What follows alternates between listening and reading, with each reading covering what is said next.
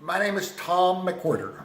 I'm 70 years old, and about this age is when we're expected to have some good stories or tales to pass on to our grandchildren. I'd like to pass on to you a phenomena that I experienced that I'd like to share with you. The story begins probably in the late 50s when my parents took me. I was at that age about 13 or 14. We went from our small town of Wolf City, Texas, over to Dallas to visit our Aunt Molly. I didn't really care for that trip because at 13 or 14, I had other interests. But the story begins with Aunt Molly because she was married in 1903 and raised 3 children. But the story is there was a 4th child. The child was named Ruby Jewel. Ruby Jewel was about 16 or so months old when she pulled a tablecloth down from the kitchen table, and a pot of coffee, a percolator, an old-timey percolator, was off the edge. And it burned Ruby Jewel to the extent that she died after skin grafts got infected and she was pronounced dead. This was a terrible problem and unnerving for Aunt Molly, who was a young bride with her first child.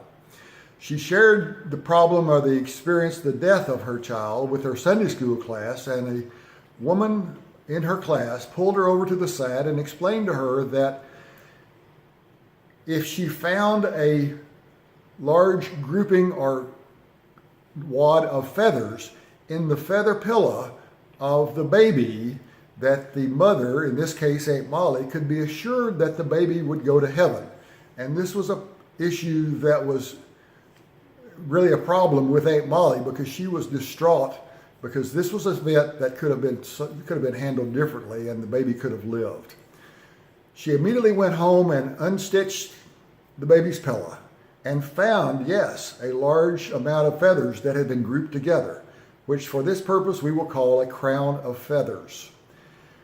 She took that crown of feathers and put it in a small box with a lady's handkerchief and put it in the upper high shelf of her closet and never spoke about that issue with my mother and dad or even her last child, Anne, until she was on her deathbed when she explained the story that I have just told to you.